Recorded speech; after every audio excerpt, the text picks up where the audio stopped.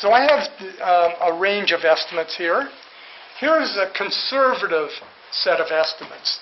A conservative set of estimates here is one where we take a lower range of how different teachers are. If all teachers were the same, and I did that, I wouldn't get any effect on achievement, right, if all teachers were the same. So the closer teachers are to each other, the less effect I have.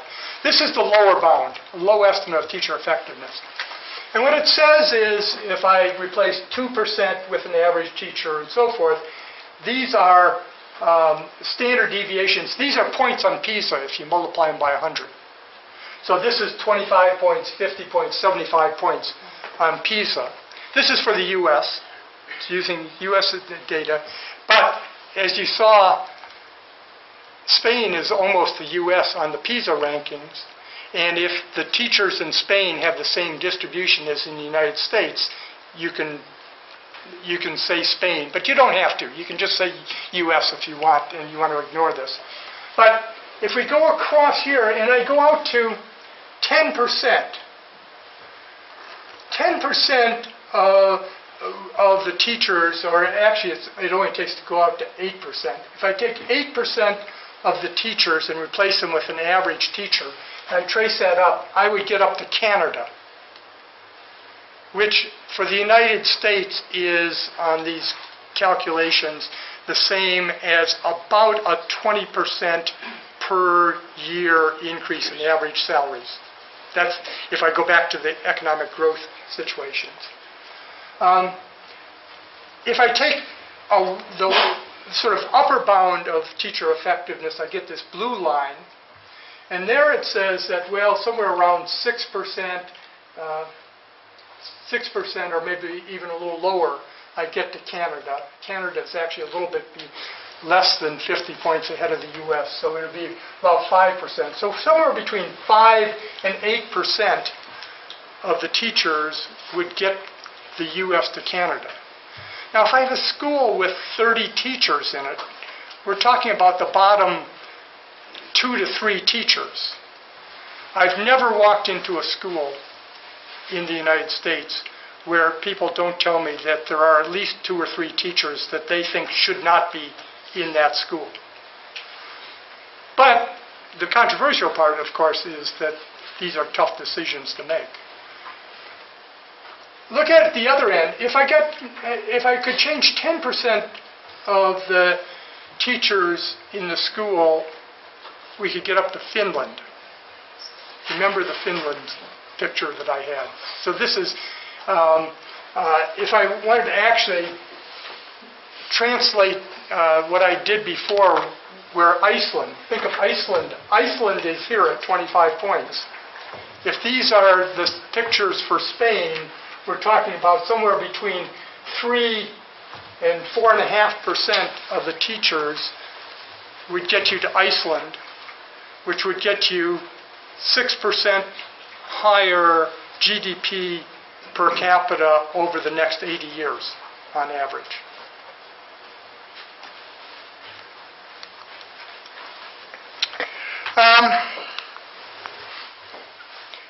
I'm not sure if I think I've overstayed my welcome. I don't. I have a couple other quick things I'll go over quickly. I apologize for talking so long. I don't think I was supposed to.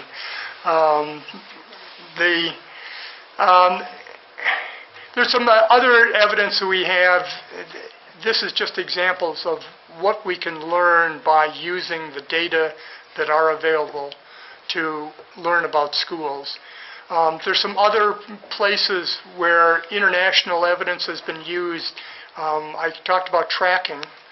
With the early tracking, I'll give you just one quick study that you'll recognize that a number of the studies that I give you are ones that have my name at the bottom somehow, and because I know them better than others, but it's not the only one. Here was a study that looked at PISA 2003, secondary school performance, and it's actually looking at how much variation is there in performance. So it's looking at, in some sense, the equity of the system. Are we reducing the equity or expanding the equity of the system because equity is largely related to family backgrounds and so forth. Are the schools helping to cut down on the variations? And this is just a listing of the variation in scores within countries for PISA 2003. This will be on reading performance. So Germany has the more variation, and this is what got Germany so worked up about PISA scores. If any of you know the history, Germany knows in advance the day on which the PISA scores will be released, and it's front page news in Germany because everybody in the country is paying attention to PISA scores, as opposed to the United States, where it's taken a long time for people to realize that we've participated in 15 international testing. And it sort of goes down to Netherlands and Hong Kong are pretty even.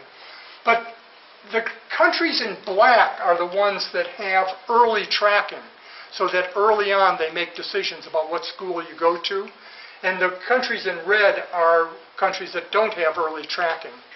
Now the thing I want to show you is this is the distribution in secondary school. In the top group, there are 3 countries with early tracking and 3 countries without early tracking, and the same in the bottom group. But if I went back to Pearls, which was in primary school, and looked at the performance in primary school, I get a different picture. Now, the same code, red has early tracking, no early tracking, and black has tracking. And I get a very different lineup. And the thing I want to show you is the countries that have the largest expansion in the variation, the most increase in the variation over time. The 4 largest countries are all countries that have early tracking. Germany leading to the biggest expansion. So you see how much variation there is in performance in primary school, and then you come back and look in secondary school, and you see in Germany it's grown, as it has in Greece, Italy, and the Czech Republic. The 6 countries that have the most reduction in, or most movement toward equity in the performance are all countries with no early tracking. Here's the list. What has now become a complicated diagram says something very simply. Systems that don't make decisions very early are ones that tend to educate more of the population, to have more equity. If you look at the average performance across these countries, there's no gain from this tracking in terms of average performance. So Germany, with its specialized schools, does not, on average, get higher performance. They just get a wider variation. And much of that variation is related to parental background. Because in primary grades, there's much more influence of parents than there is later on. I'll mention one other very quick thing on vocational education. Lots of countries are deciding about vocational education because they see youth unemployment and they're looking for ways that they can get youth into jobs more quickly. This is Germany in terms of apprenticeship programs where they do this very early, and others do it in different ways. What we did was look at, so this is employment rates for males by age.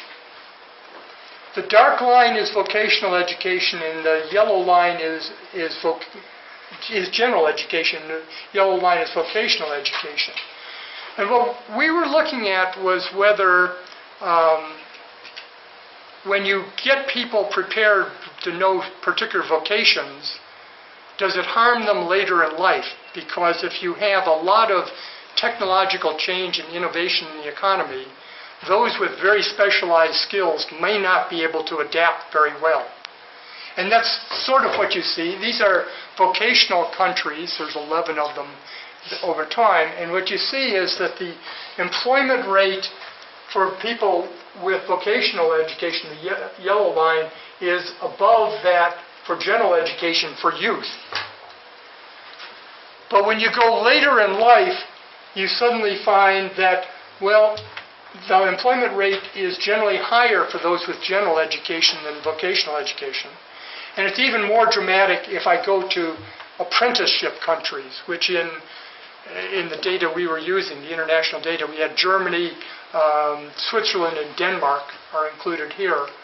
And what you see is that the people with particular skills, now, could this be skills in the construction industry today in Spain, where you might get people, if there were construction jobs, you might get them into the employment quickly. But later on, when the methods of construction change from what they are today to something else, it might be a problem.